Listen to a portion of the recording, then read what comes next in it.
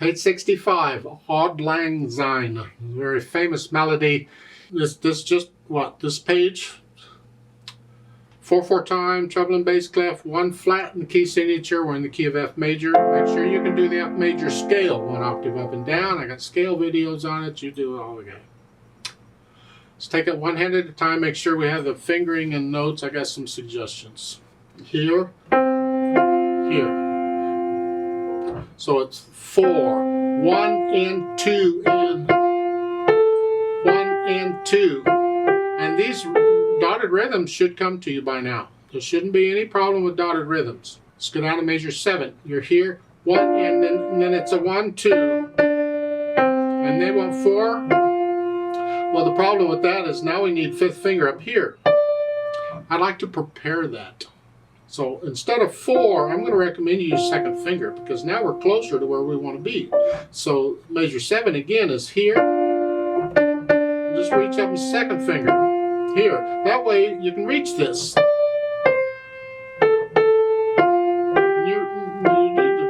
You're fine. Left hand's got the chords, block chords, F chord, and for the most part. Go down to measure 7 again. It's 2, 4 here. And then, or I should say 4, 2, bottom notes first. And then 5, 2, and then here. That's okay. You get the last 2 measures again here. And then just lift up and come down. This motion is very common in piano. We get it a lot. So I could just do it. 1, 2, 3. All right. Put the hands together here. And now, I need that C for the chord, the same note. I got to get it off a little early. I'd like to connect it. I can't because the piano won't let me. We'll fix it later, just right now.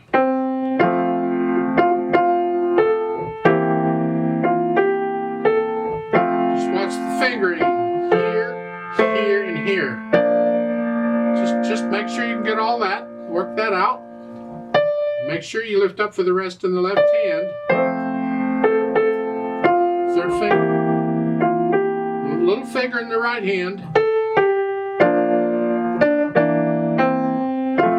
And again, you got to get off the C. If this is measure 7 going into measure 8, you got to get off the C because the left hand needs it. We'll fix it later.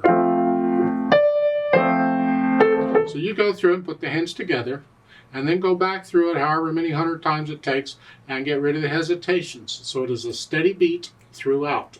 As far as articulation goes, you have phrasing. Lift up, lift up, lift up, lift up. So lift up, it's like taking it in the left hand, connect it as best you can. And dynamics, again, they apply to the melody. What MF, mezzo forte, moderately loud, sort of loud, not loud, just sort of loud. Whatever you think that is, keep the left hand in the background.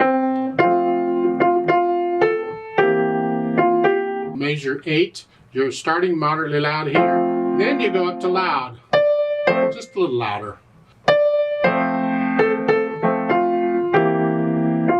Then on measure 12, come back down to moderately loud for the last note and finish it moderately loud. Some people will put in a phrase break there on measure 14. You see the comma? They will take, kind of depends on whether you need a breath or not. I'm going to go ahead and connect it because that's what the music says, but if you want to lift up in the right hand for a phrase there, that's fine. Speed is sort of slow.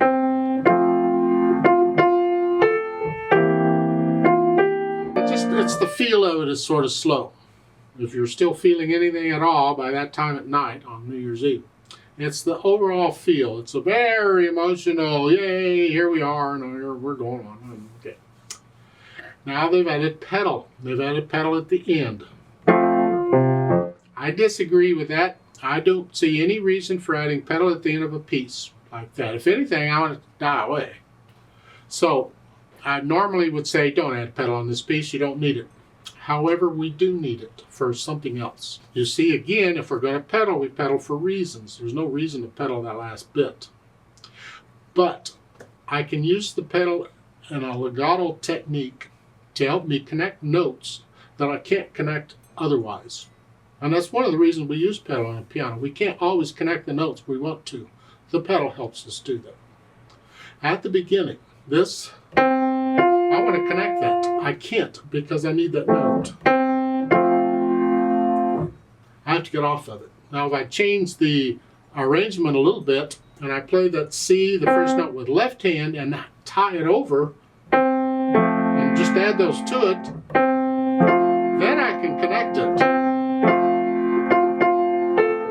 But they didn't do that. They're doing this way. So what I'm going to do is I'm going to push the pedal down long enough to connect the note and then lift it up.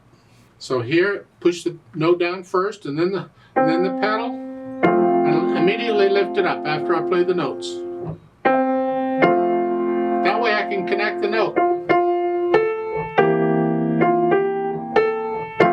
Same thing, a measure 7 going into measure 8. I want to connect that. I can't because I need it.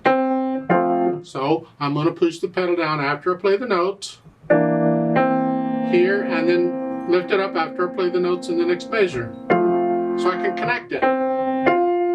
Here. Doing that. Well, if I'm going to do that, let's see what else we can do with it. The last bit, they want you to pedal the last measure.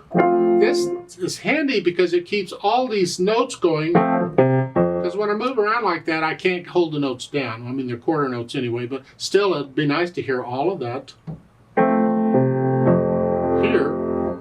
So that the pedal will help us do that. And since now I am using it elsewhere, I can use it here.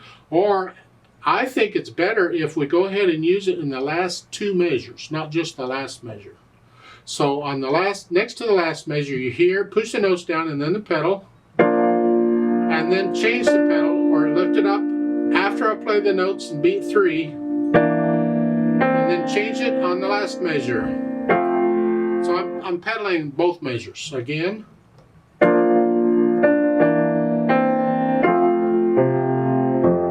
There. It's my suggestion on the pedal. Pedal the last 2 measures. I'm guessing they didn't have you do that because they haven't taught you to change pedal yet. But I already did, so here we can do it.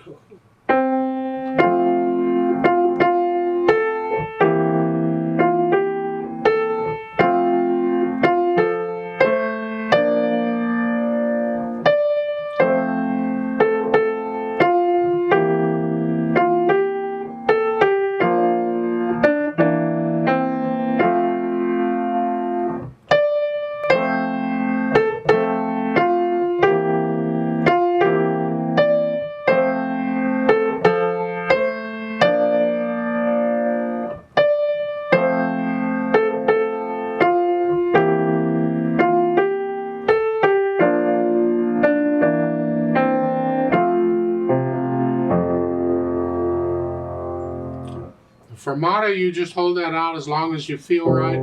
With a metronome, I'll double that quarter note and I'll hold it for 2 counts and then lift up. I'd like to play this with you slowly. Well, it's slow anyway. But let's just check all the notes and the rhythms. I'm going to pedal it like I suggested. I'll give us 3 counts because we come in on beat 4. 1, ready, go.